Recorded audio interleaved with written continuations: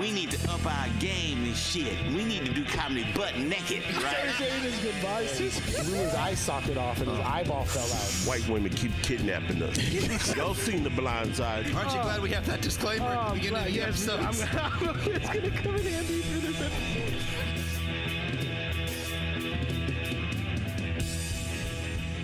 This episode of the Voice Party Podcast is brought to you by Rich City Rides. Ride further, ride together. Get your ride on with Rich City Rides. What's up, everybody? Welcome back to another episode of the Voice Party Podcast. I'm over here looking at myself. I can't help it. I got a very special show here today. I got JC. Jose. Like Jesus. Hey. Jose. I keep calling you JC. People think my name is Jesus because Jesus is it. Ain't that kind of racist? Why I can't be Jesus? Why I got to be Jesus? Why I can't be Jesus? Well, People always, hey, Jesus instead of, hey, Jesus. You don't look Latino to me, so I can, you know, that's. But I'm saying they that's a whole other thing. Why are Latinos the less likely to claim other people in their race? Exactly. This is why It's like you don't look like my kind of Latino. I don't like being around Mexicans. I'll be honest with you. It's because of this right here. He looks like he runs a hookah shop. Like The manager of a hookah bar, I say. We got Phil in the ones and twos. What's up, Phil? What's cracking, crackers? All right. And Phil is coming from Jalisco. That's a different type of Mexican right there. Look, see? That's that white chocolate and pomegranate seeds mole right there. And we got a very special guest here this week out here promoting his new special. Make it real loud for Xander Beltran. Now hit him with that dun. What's good? Thanks for having me, guys. What's up, bro? A long time coming, man. I know we talked about like doing shows together a while back and now doing the podcast, and we finally got a new space. Let's go. I hope you parked your car somewhere safe. Dude, I had to bring in my roommate's amp. I was in the car. I was like, this shit's going to get jacked. Yeah, I got to bring it in.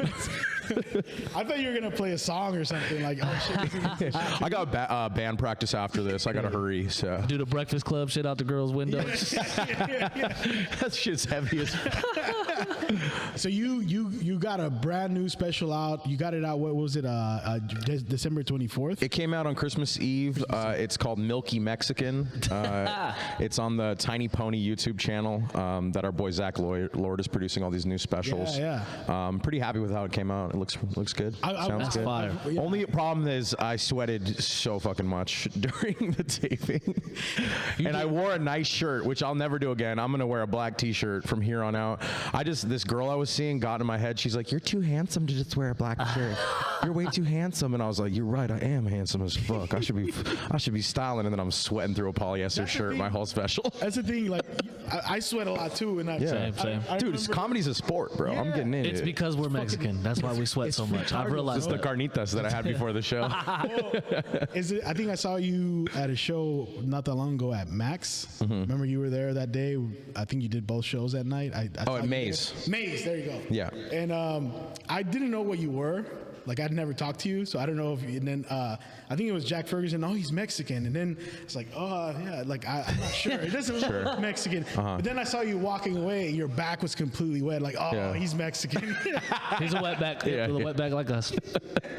I hate that should be fucking me up too, because you would think it's okay if you're heavier set, it makes more sense. But even as a skinnier individual, I'm like, damn, I'm sweating like I'm fat up here. Like, what the fuck, yo? I sweat hard. I be having to bring the towel now. I hate when I forget the towel. But I bring black shirts on purpose because of that. Yeah. You know? Yeah. That's like I'm sweating through it. You can see where my arm is touching the front of my shirt. There's like a wet stain. I just powered through. I mean, it was a sold out show in the sound was perfect because there's no windows or no AC. It was like perfect sound. Oh shit. And then, but because of that, it's just hot as fucking there. We sold it out. It was 130 people in there. Where was this? It's at the Fake Collective. That's where he does some of his Tiny Pony tapings. It's where I tape mine, and I also run a monthly show there every second Wednesday. Oh, nice. That's nice. How was it like? Because you did, what was it, an hour? I did 42 minutes. 42 minutes. It seemed like you, like, I watched it. I watched it a few days ago, and man, you came out like there, like maybe, I don't know if the video was sped up but you came out fast, dude. Like, was that how you planned it? Because sometimes I feel like I'm going fast, like I got to slow down, but Sure. was that going your regular speed? That's how I usually start, and then once I settle in, Okay. I might have gone a little faster than normal, but I don't know. Adrenaline probably rushing. Yeah, a little bit, but I settled in in the middle and kind of slowed it down. Just the beginning. You did one taping? Yeah, we did one taping. I had to get it it just right. Yeah. I did a ton of rehearsals. Like, you ever sat and did your stand-up alone? I never did that shit before. I've done it a few times. I don't like doing it. It's so weird. Like doing it just in your room. To myself. Yeah. And like stopping, like there's To a the laugh. minute. It's weird. But then it was like perfect because I knew exactly what to say. I didn't do that like, what else do I got? What else do I got? You know? practiced it to have the laughs, like the pauses for the laughs. Is that what you said? I mean, it's all material that I've done for years. Yeah. There was only a few new lines. I riffed like one or two things during the special just because it felt right. But for the most part, it was all like really tried and tested material. How long was that? 40? Was it 45? It's 42 minutes 42 on the special. I How think long- we taped like 45. How long was that ready for before you finally filmed it? Because I know that's a big difference sometimes. Probably for about like a year to 6 months, and then like some of the transitions had to come together that summer. But I did like a West Coast tour, and I did all the material from San Diego all the way to Seattle, and I did it in every single scene on the way up and down. And I tried it in like Hawaii and Texas and other stuff too, and New York and stuff like that. So you didn't. I mean, this was like covered by him, by the Zach Lord. You just kind of went in there and did your thing. I just performed, yeah. That's awesome. And he recorded the whole thing. He helped me sell tickets. We both moved, like we're moving to, which was nice. Not having to completely sell it yourself. It was sold out like the night before. Fire. Which felt good. Oh, dude. Yeah. Dude, ticket sales, they keep you up at night, man. Shit. I just started getting the opportunities where they're like, all right, come to our club. Come do 4 shows. Sell tickets to 4 shows, and you're like, okay, sick. This is cool. And you're like, fuck, this is fucking hard. Yes. I've been hustling, dude. I'll go to a town early and I'll do all their indie shows the week before, and I'll plug it on every show, and I'll put up posters and shit and a flyer. Damn. Pay for Instagram ads and Facebook ads. But it's crazy because you want it super bad, and then as soon as you get, it's like having a really hot girlfriend. You're like, I really want this, and then as soon as you get, you're like, damn, I gotta fucking Pay for nails. I gotta get and some shit. money. Yeah. I'm fighting off these other dudes. Like, damn, they want my. And then all the younger, newer comics are like, I want your spot. You're like, damn, I just got here. Fuck. What's been the best way to push tickets for you that you've seen? Definitely clips, viral clips. Yeah, if a clip is going viral on Instagram, that's the best because it keeps your engagement high on everything. I've had some cool times where like a video is going viral and people start showing up from the video. Yeah. Wow. That's definitely the best thing to do. I would say like the main thing you should do is just get your content cooking, and then you slip in the promo into stuff. So like in your caption, you put all your dates. You have all your ticket links in your bio. But the whole like constantly posting flyers is like bad. Yeah. And like it's crazy because a lot of producers will get mad at you if you don't post their flyer. And I'm like, it doesn't work. I'm like, I'll probably sell more tickets to your show if I don't do this. Yeah. If I just post a clip and put your date there. Yeah. You know. Social media algorithm game is a nasty business. Yeah. It's very difficult just to navigate. give something for those horny people to get into. You know what I mean? Get that outfit on point. Dude, people are so horny on Instagram. Man. They're like horny. It's for different stuff. They're like horny for food, horny for nature, but it's horny. Yeah. It's Sexual the energy feeling for of sure. Yeah. Yeah. Yeah, every time I have like a clip go viral, people are like really horny and really mean in the comments. How many have you had go viral? Probably like eight or 9 now, like over 500,000. And would you say that? So a lot of people, when you ask them, well, how did you get your clip viral? The answer is always this: I was just throwing shit up, and the one I least expected, that's the one that That's hit. usually what happens. Is that how those worked out for you, or were they calculated? You used the right hashtags. What was some of your methods there? I just started posting consistently. Okay. It was how many times a probably week? like once a week. Okay.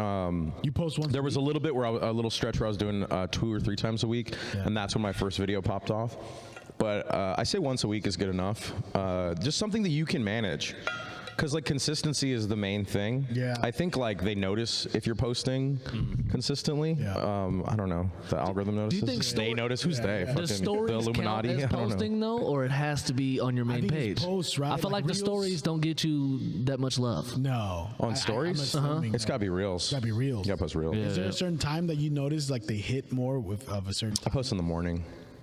No, I mean feel like like that's better. lengthwise for the video. Oh, 30 the first seconds? one I had go viral was 16 seconds. Yeah. No shit. And that one just like it shares on a story perfectly, so it went crazy viral. Yeah. George Lopez shared it on his story. I think I remember seeing that one. That was lit, dude. Yeah. It was like at about 2 million and like almost there, and then it like stopped trending, and I was like, all right, back to the drawing board. And then my cousin texted me and he's like, yo, George Lopez just shared your joke. And then as soon as that happened, it was just like, whoo, started cooking again, got another 1 million views. Hell yeah. How long have you been doing comedy for now?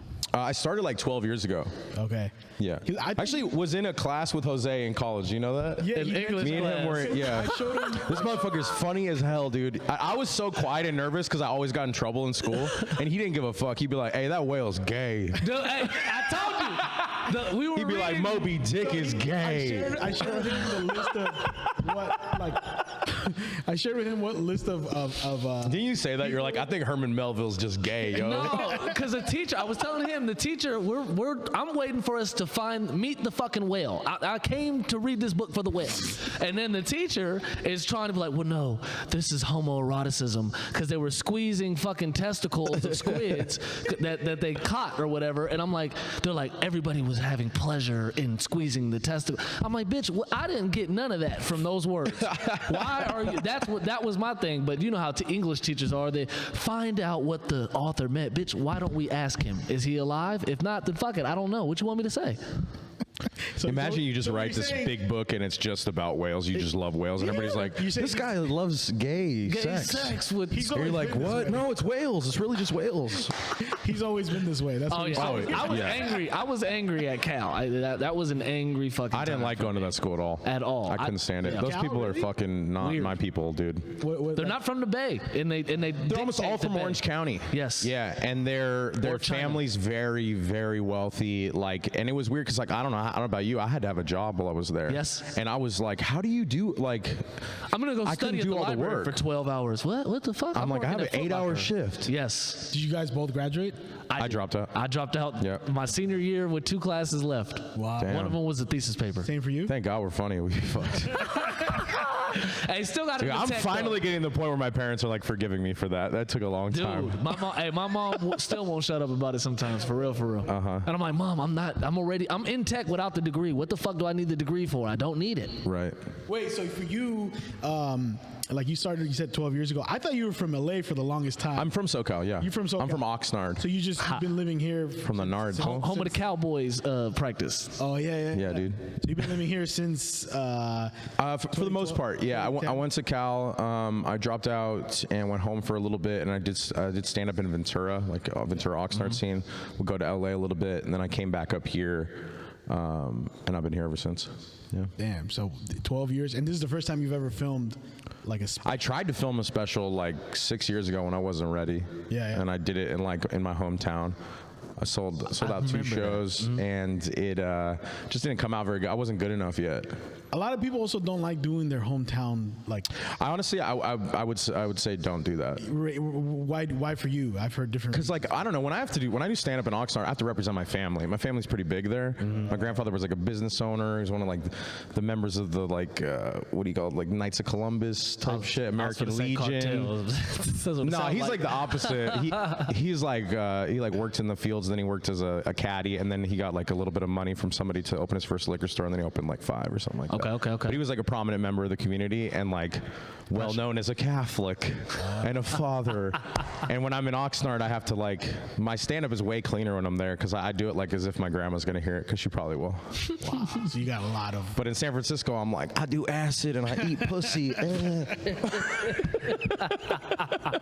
So what about? Because all right, when it comes to specials nowadays, one of the very valid and sometimes mean arguments is that not a lot of them feel special, and it feels like a lot of people at times are in a rush to get something out so they can build some traction. Sure. Like you just said, you felt like you weren't ready after that first film, and what about it did you feel like wasn't ready? Your delivery was off, the joke, people didn't laugh that much. Yeah, some of the jokes weren't that good. There wasn't like a full like through line arc in it that I think is better in my new special. I don't know. I wasn't good enough. I was rushing stuff. I remember I tried to do that special, and I did so much prepping for it that my voice was like kind of lost by the taping, and it doesn't sound good in the recording. And then also like, I didn't think about so many things. I'm just like wearing whatever clothes were clean that day in the special. I think my shoes have like holes in them. Because in my head I'm like, just jokes. It's only matters. I don't know. It's something clicked in me in like a couple years ago where it's like, okay, you gotta like dress nice. Yeah. You gotta like take care of yourself. Can't do too nice though too. There's something to be said about dressing too nice because now you kind of. Oh, when you wear a suit. Or not even. Sometimes a suit is business like. But if I'm up there with a Burberry shirt on and jewelry and shit, and I'm talking, and now it's very easy for me to come off as an arrogant asshole. Sure. So there's something to be said about being hella dirty as well as being way too fresh and clean. Yeah, you gotta be in the middle. Yeah. You got to be.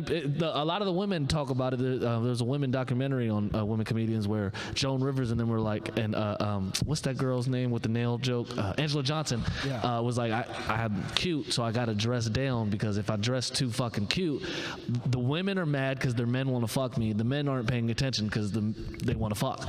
So something to be said about attire.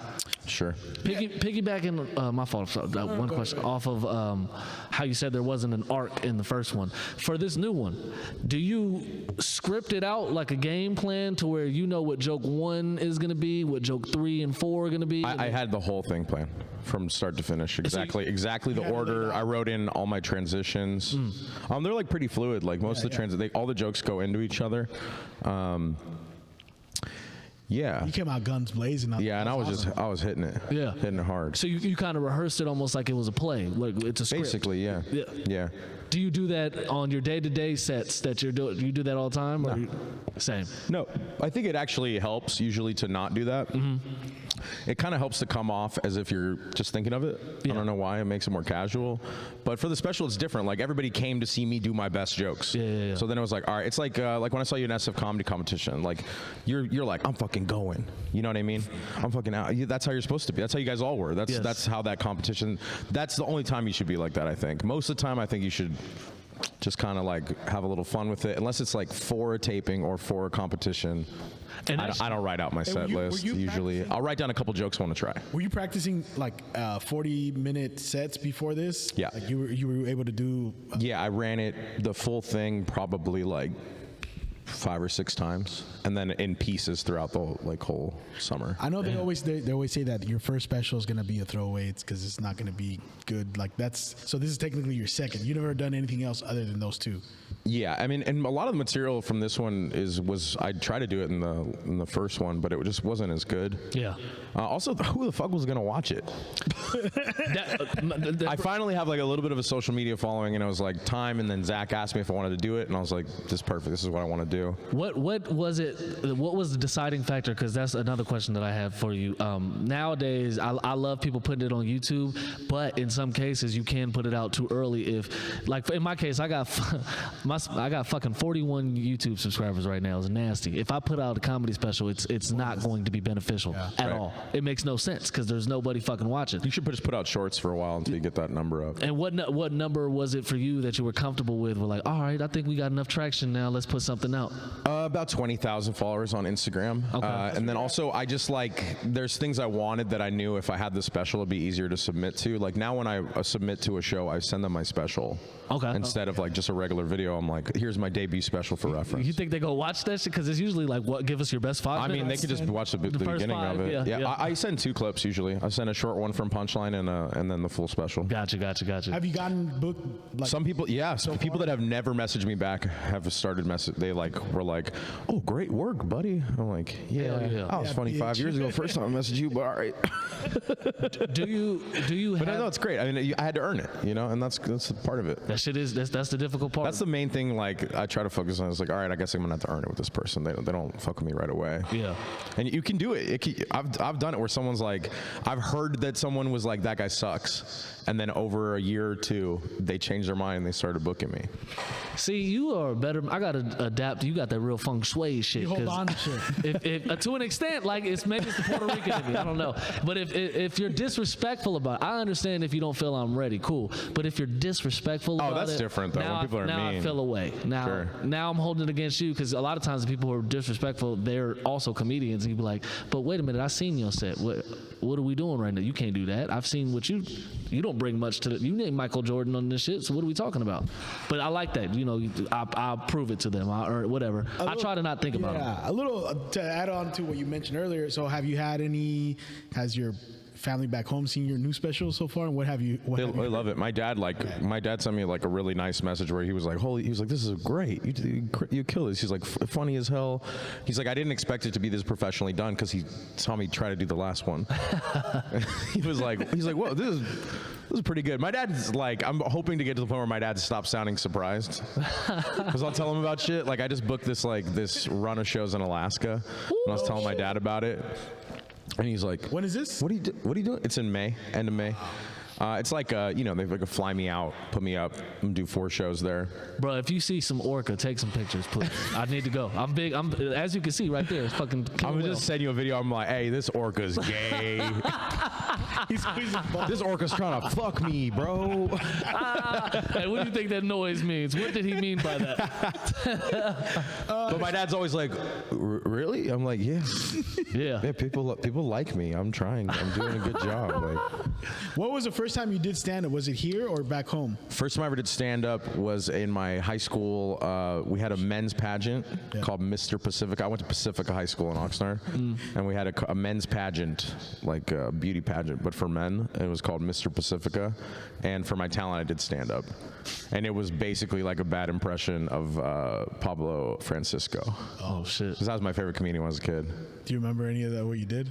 Oh, fuck. Not to pull that out of you. I'm just bring up trauma. Way to go. No. A lot of them were like street jokes. Like, yeah. All right, okay, I'll take it this one. So my grandma was trying to lose weight, right? And she went to a doctor that was a dietitian, and he told her to just take food anally through a suppository.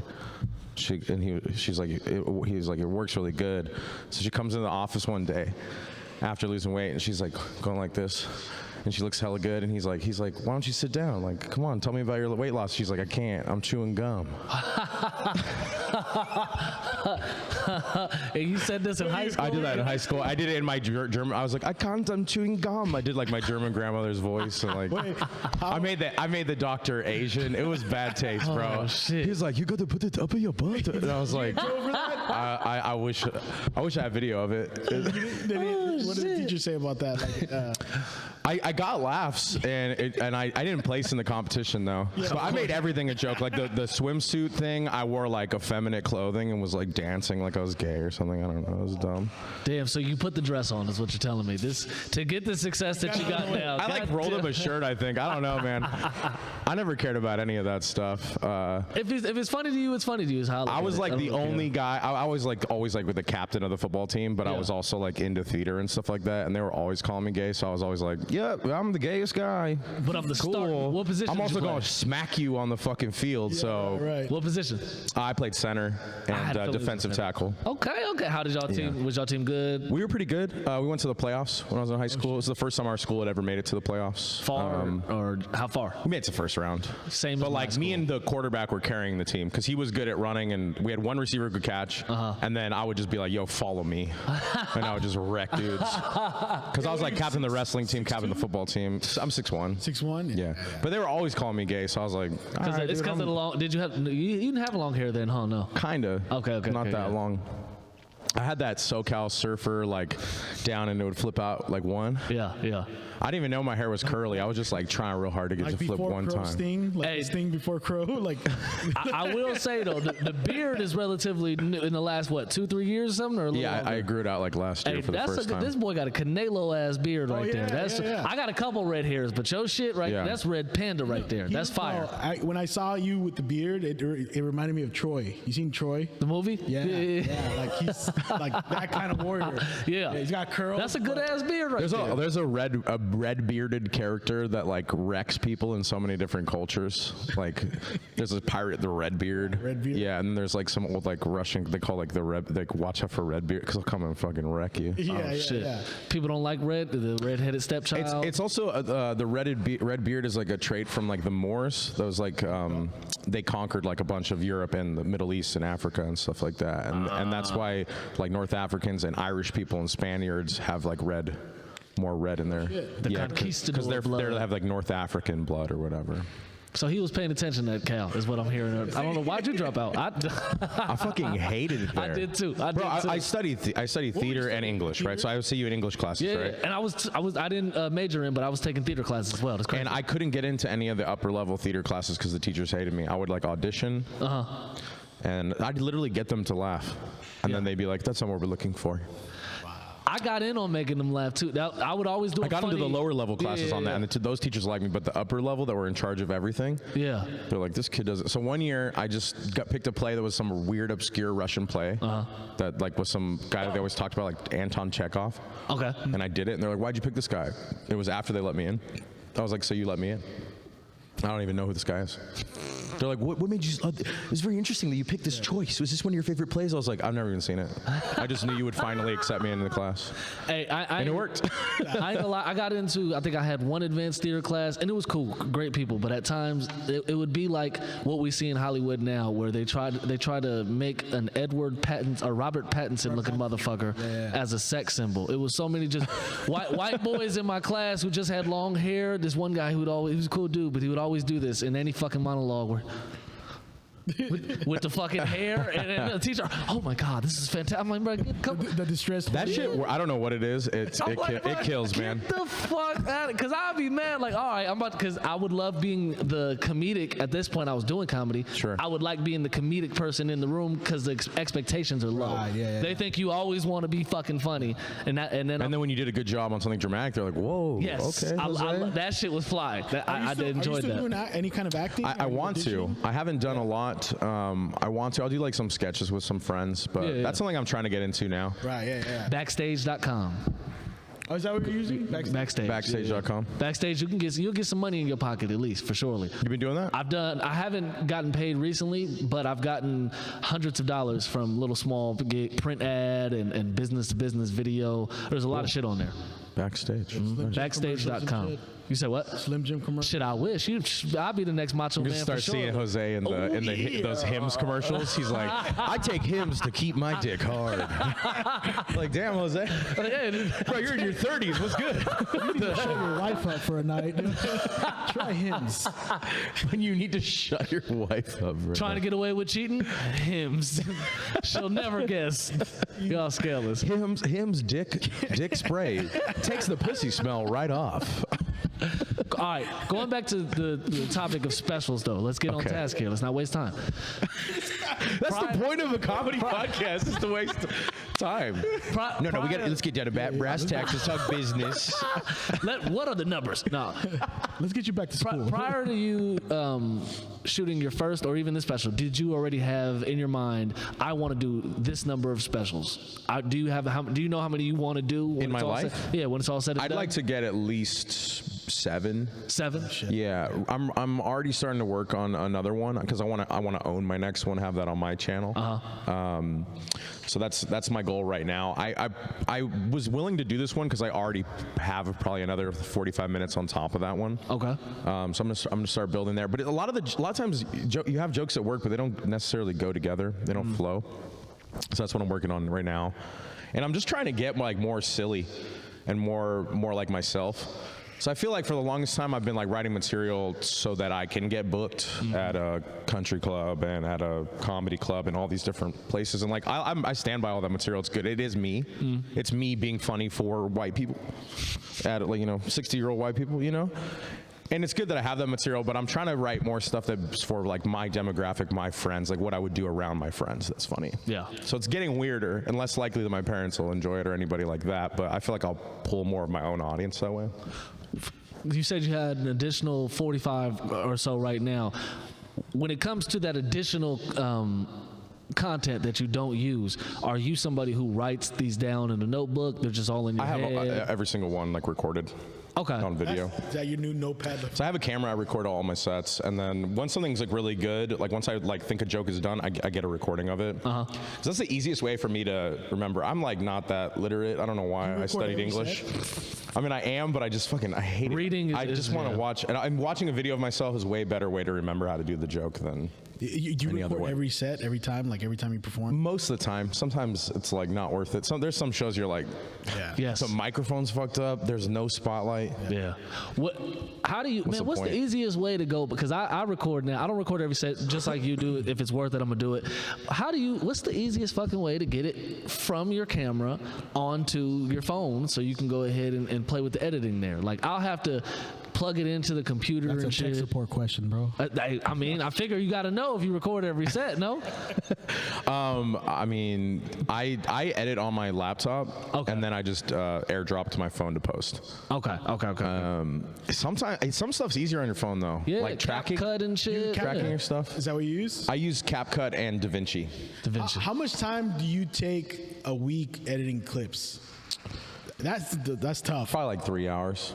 Wow. Do you set it out like? But I mean, Tuesdays? like I took a little break recently because like one of the reasons why I signed up for Tiny Pony, it's dope. He makes all your clips. So all I had to do was come and be funny and do my set, and then he makes the special, puts up clips. There's a clip every week that he just collabs with me on stuff. Man, shout out to Zach Lord, man. I'm not gonna feed into the stereotype, but as a Jewish man, he got his business right. Why? He doing his I love thing. it. You said you weren't, and then you just immediately did. Hey, he doing his thing. Why? Hey, I'm not trying to be racist, but Jewish people. It is, and he has his own additional page too, right? His own Zach Lord private page, and then Private Pony is another page. that he created. Tiny Pony. Collaborated Pony. with a half German, so you know. Yeah, look at that. Yeah, and the world We're building powers. bonds. We're building bonds. If he dies, that's Russian. Hey, my German family has been rocking with Jewish people though. We were like helping to sneak Jewish people out of Germany Oh, during the you were Holocaust with, and shit. German I'm actually coyotes. part Jewish. We found for my 23andMe. I'm part Japanese apparently, so that's a bunch of Really? shit. Japanese? But I also got Hawaiian in my family, so it's. Oh, that makes sense. Yeah, Makes yeah. sense. I see.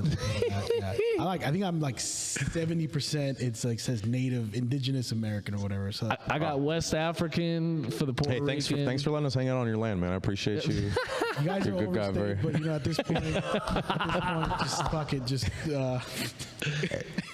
Hey, man, the jets, the planes are pretty cool. Stuff like that is pretty cool.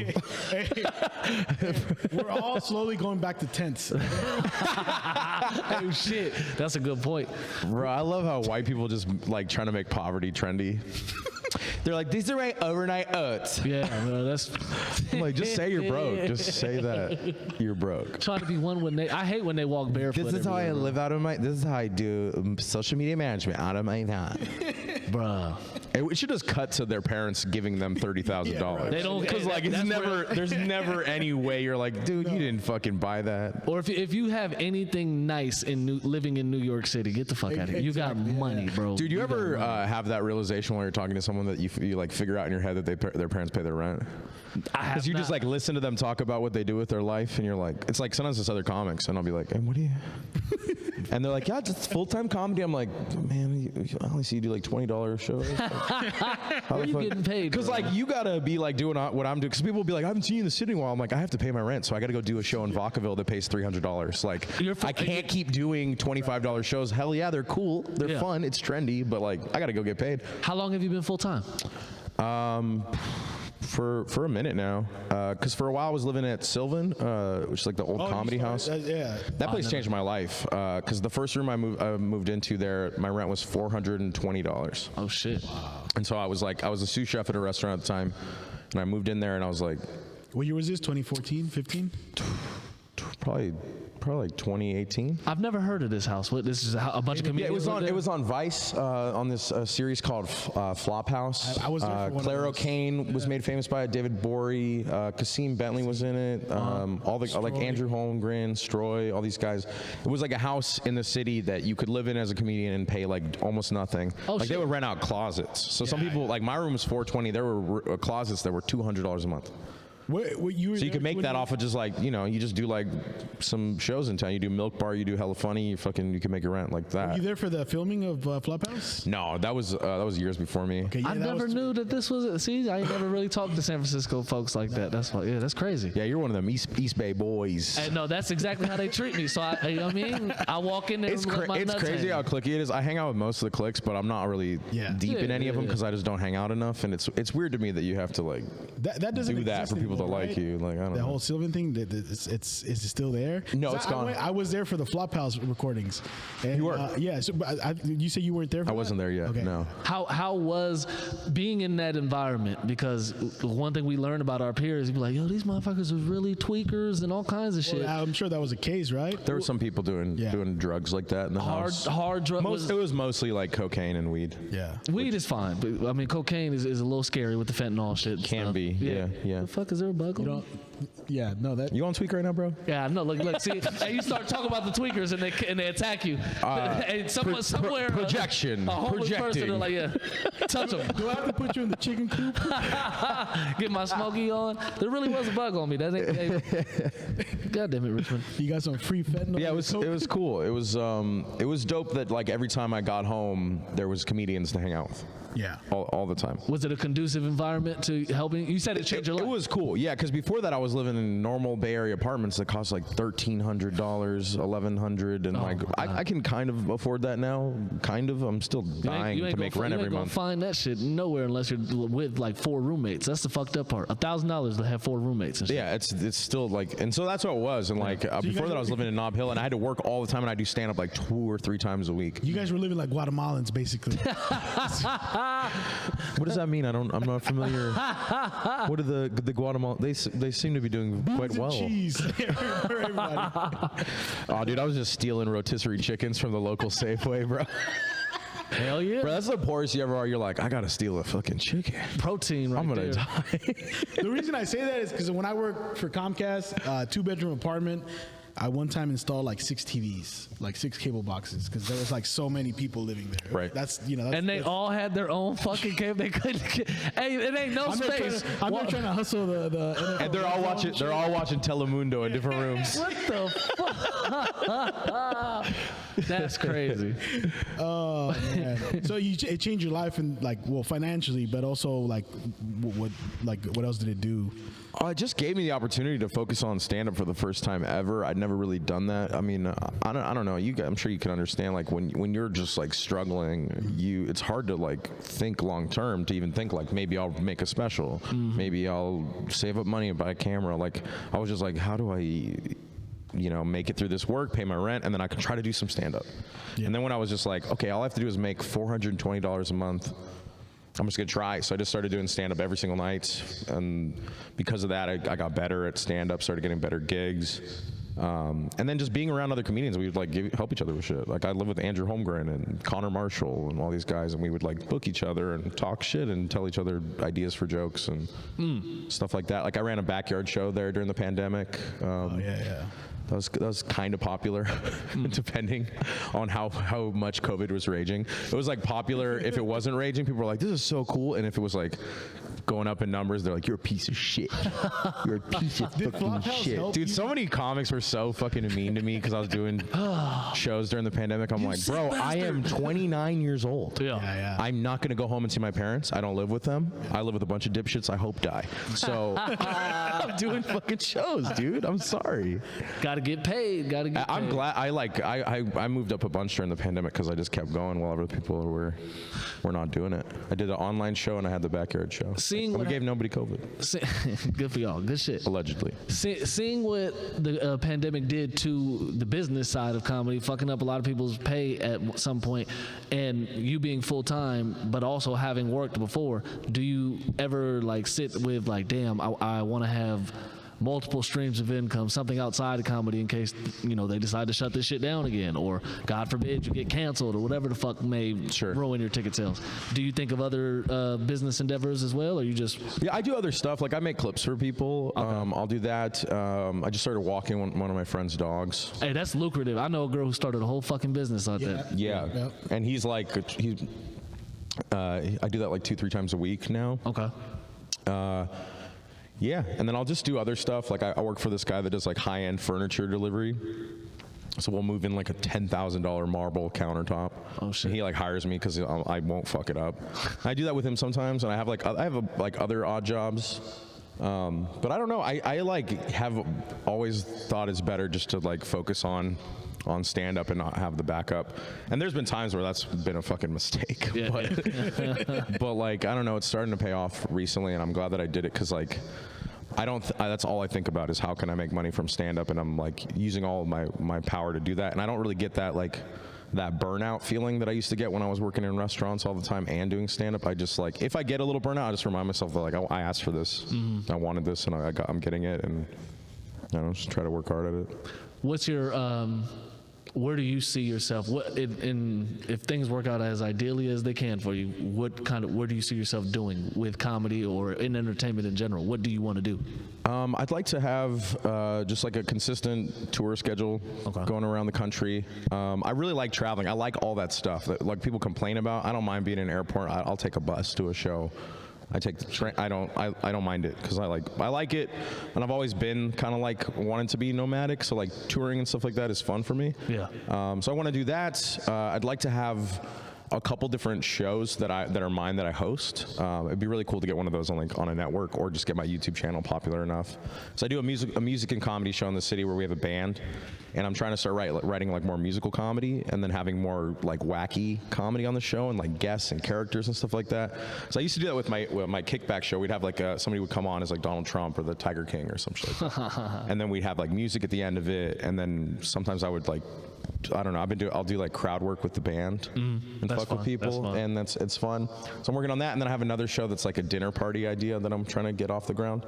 I'd like to have those two shows and then my stand-up. Have you ever had a moment where you stopped and like, man, I'm here because of stand-up? Like something, whether it's big or bad, you know, something good or bad. Like I've definitely had both. Hell yeah. Yeah, sometimes.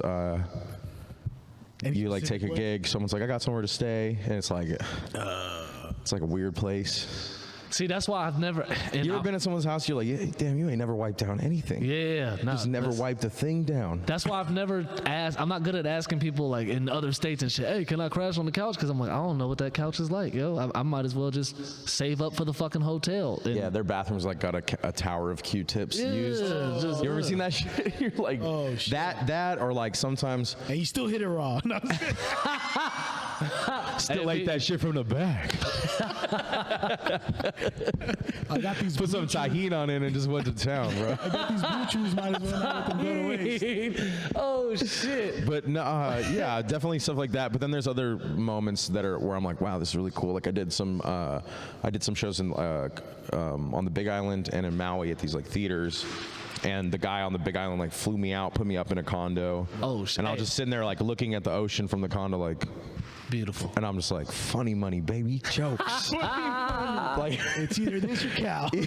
And hey, you got to share that. I ain't going back to school. I don't think he's going to do it as well as he did that time. Yeah. But I'll give you his connect. Hell yeah, man, please. I would he does like a show on, I convinced him to do a special Saturday show with me. And it went okay. It didn't make a ton of money, so I don't think he kept doing it. But his Tuesday show is pretty popular. And he usually does flights and a place to stay. And then you get like $100. So how do you go about like that connect there? How do you meet an individual like that, and what is your method in general of making the? Because I would love to travel, but I'm not. It's not cost efficient for me to go to state doing open mics. I can be optimistic and I'll network, but I'm like, bro, I'm not. That's an $800 trip. So there's some stuff like I'd recommend getting in with Don't Tell. You should like if you can be boys with a few different producers at a certain point, you get to a point where you could get work in almost any city from them. Okay. That's a good place to start. They just launched on Oahu in Hawaii. I'm stoked. I'm gonna go do it soon. Hell yeah. Comedy in Hawaii is so funny because you're like competing with like the Sunset, right? Like to get people to come. It's like they're like, what? You're like, come to my show. They're like, what do you? Look, have you seen this shit? Right now? You seen this shit? There's turtles to go play with. Like, yeah, bro. Like, what are you talking about? That's fire, bro. Yeah, that kind of shit. Yeah, so I would say that, but also I'll do research where I just sit on Instagram and look up hashtag.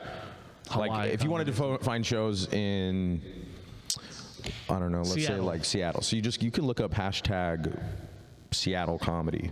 right? Or you just find comics and just ask who's the best comic there. I get a lot of stuff from you just follow the most cracking, like most prolific. Like Mark Normand, if you follow him, like especially a couple years ago when he was like still doing the local scene more, he would show you every single show. You'd see it on his story, every single show in New York, stuff like that. Like look it up. Yeah. I just look up like Seattle. Like Bo Johnson's one of their best comics. I just look up what he's doing, you know, stuff like that. And I'll just cold approach. You know, if you have the right clip and you just send a nice message. I think it's better than a vouch. Just being like, I'm talented, book me. I'll be honest. I love when people vouch for each other. It's a beautiful thing. I cannot stand seeing that comment under some, hey guys, I'm in town looking for work, hard vouch. If you don't shut your, I hate that term. Why do you hate that hard vouch? Hard vouch. This is just, this is that. And maybe I'm hating, but I don't, it just sounds nasty. Hard vouch. Hard vouch. Yeah, he's not into the homoeroticism. Just get that woke liberal talk out of my. I'm voting for Trump. No. Latinos for Trump. Wait. What kind of podcast is this? I thought this was for the people. Hey, we're talking about Jews, Germans, homoeroticism. This shit is getting us canceled. It all came from you, though. hey. The Middle East is. They're sending over their bad immigrants. Oh, shit. I didn't know hookah bars make you racist, man. Oh, shit. Hey, but you go on like other cities, like the Bay Area Comedy Network too. Yeah, that works too. Does that work for you? Yeah, I mean the main thing is just people. I've been doing stand-up for a long time, and also like whenever I get to a scene, I'll do stuff in another scene that I wouldn't do here. Like after a show, I'll go find all the different mics and I'll go say. Sometimes I don't go up and I just hang out and I just smoke people out with weed and talk and look at you, man. I'm your pusher, man. Dude, when I did Savage Henry Comedy Club. Never heard of it. And one of the guys says, "You never heard of it? Oh, dude, you should do it. You could go headline that club. It's Eureka, good, right? It's in Eureka, California. It's a humble area. They do shows on Friday and Saturday. So I went and did 2 shows there, and it went really good. So the guy who was helping run the club gave me like a bunch of weed. Hell yeah. And I was flying home from Seattle, so I was like, I gotta get rid of this weed. So everywhere I went, I was just like, handing it was fun. It made me a lot of friends in Portland. I was just like, who needs weed? And people were like, oh, dude. Was it good weed? It was okay. It was all right. It was solid. That's why it was so much. How is Portland, NC? I really want to get out there, but I would like. How is that scene in Portland? Dude, the Pacific Northwest is dope. There's a lot of professional comedians up there that aren't famous. That's everywhere. That's one thing I'm noticing because you got to know. There's some in the Bay. Yeah. It's here. You got to be like in at Throckmorton, a feature at Punchline, like a feature at the Improv, and then you could probably do it. But there's a lot of cool shows up there that are like $300 in a hotel. Have you done comedy? Just in some small town in Washington, and there's tons of them. It's pretty tight. You should do it. You've done comedy in every state? No. I've done. You're out there. I see you're out there like more than California, Arizona, Nevada, Oregon, Washington, New York, Rhode Island, Maine, Texas. Not that many though, but I mostly just frequent a lot. It's like some of the places a lot. Like I do San Diego a lot. I do Hawaii pretty often. Now I'm probably gonna be doing like Seattle and Portland a lot because I really like it up there. I'm actually in Seattle in like 2 weeks.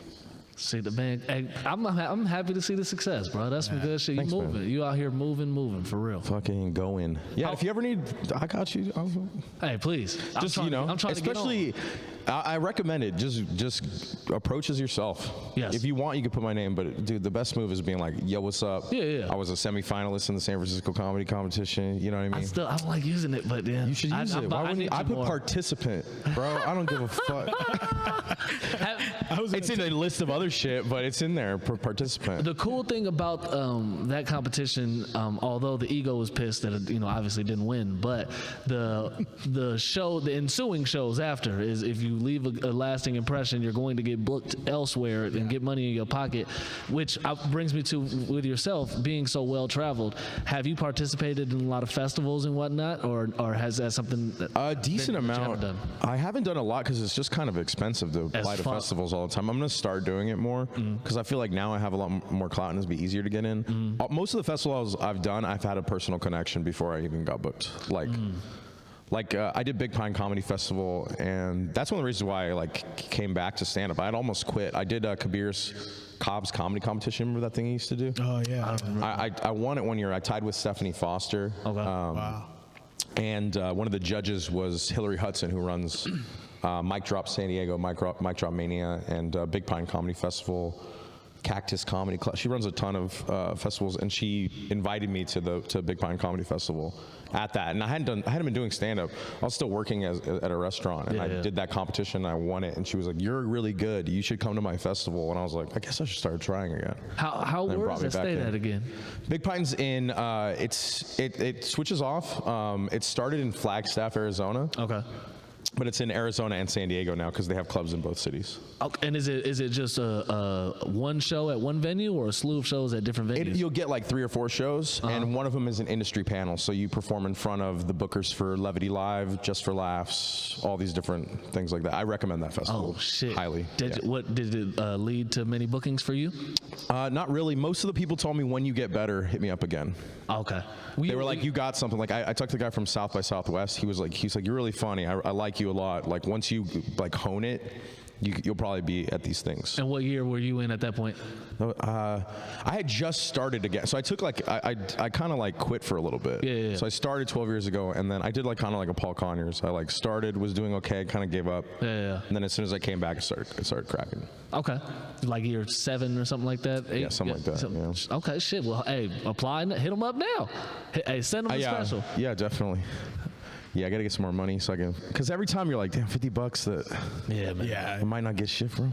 I'm excited. I finally got into a festival, but it's it's in DC. And it's gonna be fucking a lot of traveling. It's like 5 days at least. And I'm like, I'm excited, but whoo, shit, I gotta buy this on Klarna or something. I gotta pay as you go type shit.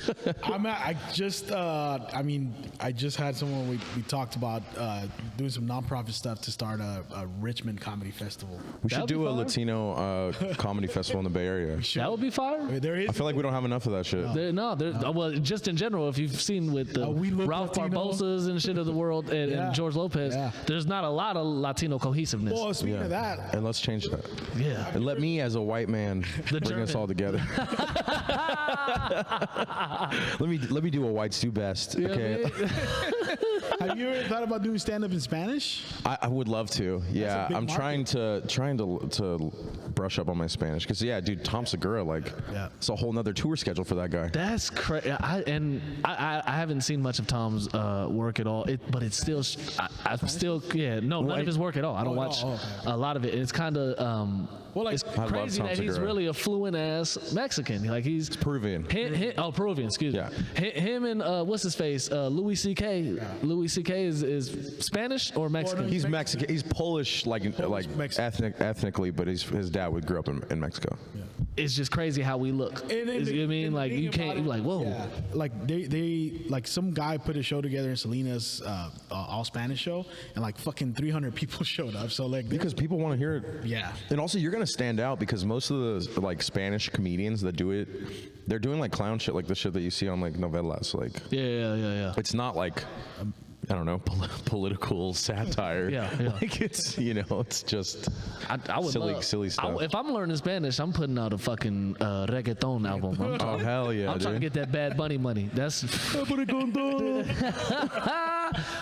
get in the WWE and everything. That man is living my life right now.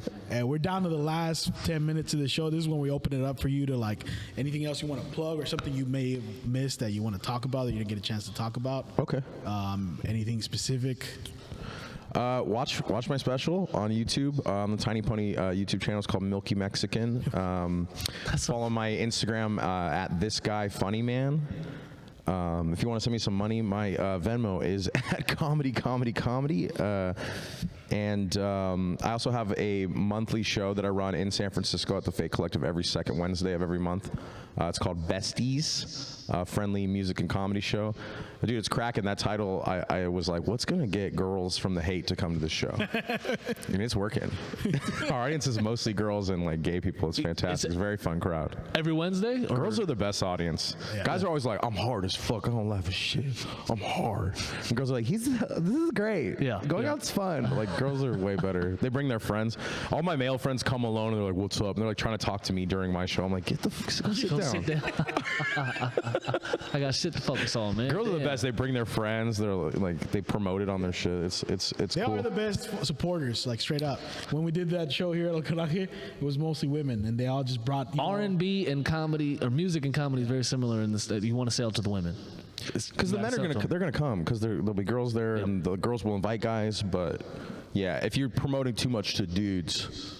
Like sometimes I was go to like a Kill Tony and the audience is just like all incel dudes. You're like, this is scary, bro. We gotta get out of here. Someone's gonna shoot this place up. I don't like that show, to be honest. I think it's terrible. Wait, it's a bullying show. Yeah. I'm not a fan of that type of shit neither. But it helps. Clip some people. Clip it. Tag them. Fuck them. No, I'm just kidding. No, I don't know. It's helped a lot of comedians. You know, I think it's like a cool thing for the culture, but it's not for me. I don't really even like doing roasts. Yes, it's a waste. A lot of people don't talk about it. To win a roast, I got to take shit to a darker energy because I got to embarrass you more than you embarrass me. Right. And when I'm doing that, it's wasted energy because we're both going like this. But ultimately, even as the fucking winner, what do you get out of it? A couple claps on the pats on the back. That's it. You don't gain anything. Yeah. What's his name? Gerardo. What was it? He passed away. He was one of the Greg Giraldo. Excuse me. Yeah. He was one of the best. They talked about in his Dark Side of Comedy episode where it still ate at him that motherfuckers looked at him as a roasting comedian. Right. So he pigeonholed himself. Yeah. Unbeknownst to him, I'm just trying to be the best out, and he was like, I'm still not getting respect, no matter how fucking funny. Would you watch a Jeff Ross stand-up special? I have not. Jeff Ross is hella funny though, but I have not watched. I would never. Yeah, I haven't watched any of his specials. It'd be so funny. You find out he's like my grandma's Filipino. You're all like, whoa, I didn't know this about Jeff Ross. I would say this though, Greg Giraldo's stand-up was good. I was good. Yeah. I didn't know his stand-up though until after he died. I knew him for the roast. Yeah. Yeah. Did you ever do those roast battles? I don't really like him. I've done them in the past, but I don't.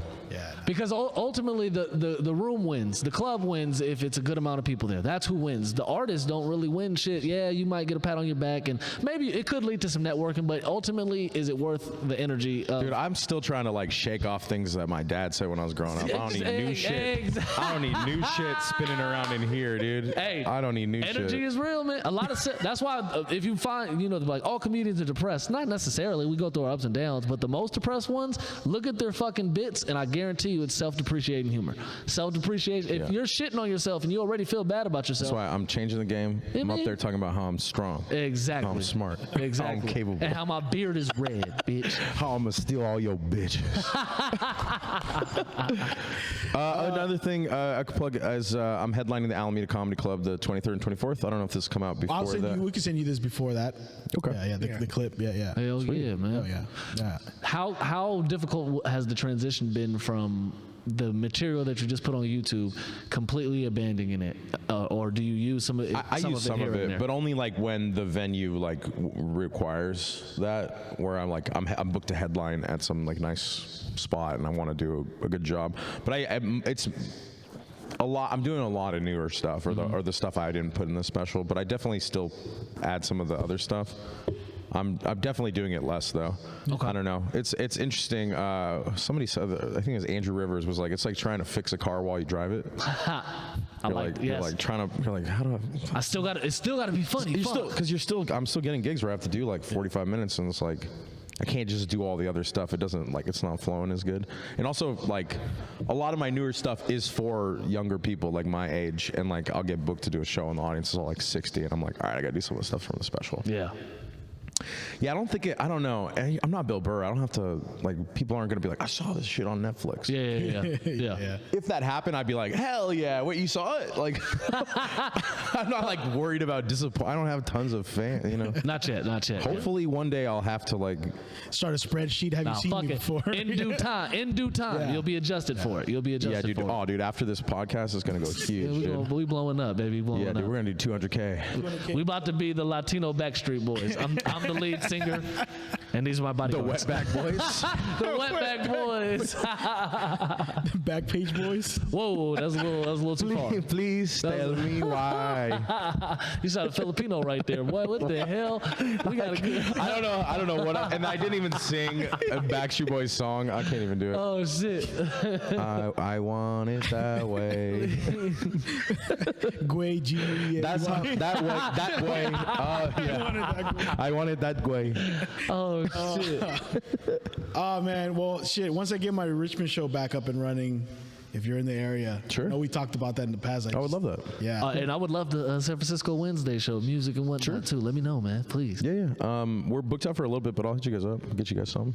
Understand. And I'm trying to expand. I'm doing another show in March at Alameda Comedy Club. Hopefully that goes well and I can make that monthly there. Okay. That's my goal. And I might get somewhere in Oakland. We'll see. and we'll do a Spanish show later on this year. Shit, I gotta That's the start. plan. That's the plan for me. I'll work the door because I won't have my You can do it Spanish in up to Arabic. par It's yet. good. It's good. I'm gonna go so slow. I'm gonna have like a translator in my hand. Google Translate and shit. Yeah, right I'm just there. gonna, I don't do it in Spanish, but I'm gonna read it off my phone. Hey, it's gonna be a whole lot of "Cómo se dice?" That's gonna be. How do you say I was fucking a bitch sideways? Oh shit! Wait, sideways. Damn, I don't know what sideways is. I'm losing my Spanish right now. That's what I want to start doing. You know, Sideways, You I got too don't many know. white friends, man. Fuck, I do, bro. I do. Damn. Sideways. Sideways is just like that. Yeah, that'll be your punchline. That's hilarious. You gotta know how to whistle for sure. Like, that's guaranteed. Like whistling's a part of the fucking. Fucking John Gab was like, "You don't have enough of the front whistle, bro. You're too white. You can't." Look, he was trying to claim you from us. Look at John Gab. God damn it. That's hella dude. true, though, bro. The front whistle, like that's. I gotta be can't on do point. it. I can't do it. You can't do it. No, but I'm Puerto Rican though too, so I got that's my. You know what I mean? whistle That's my too, right? reason. I like that. Not that I know of. You just don't. You just pronounce R's as L's. That's it. That's the biggest thing for. Dude, or is it, give me an example. Like it's. See, there was a fucking bug. Y'all calling me a tweaker. It's a little gnat. I don't know what we're talking about. Oh, shit. Hey man, thanks for coming out again, bro. Yeah, of course, man. Thank you for having me. It was a blast. Congratulations again. Thank you, guys. You're welcome anytime back in the Hell yeah, future dude. if you ever have another special you want to promote or anything, really. Sure. Just come right. on here to shoot the shit. Yeah. Hell yeah. Hey, thanks, boys. Anything else you want to just before we close it off? Any last messages to our listeners? A lot of listeners are Watch The Voice Party. Go see JD and Jose at their shows. Thank you, man. I appreciate that. And make sure y'all watch his special. And even if you're not in the mood to watch it, let that motherfucker play a couple times to get the You views just up. leave it on in the Yeah, house, I mean, and man. then just put While it you on a clean loop. or something. All right, that's been the Voice Party, and we're out.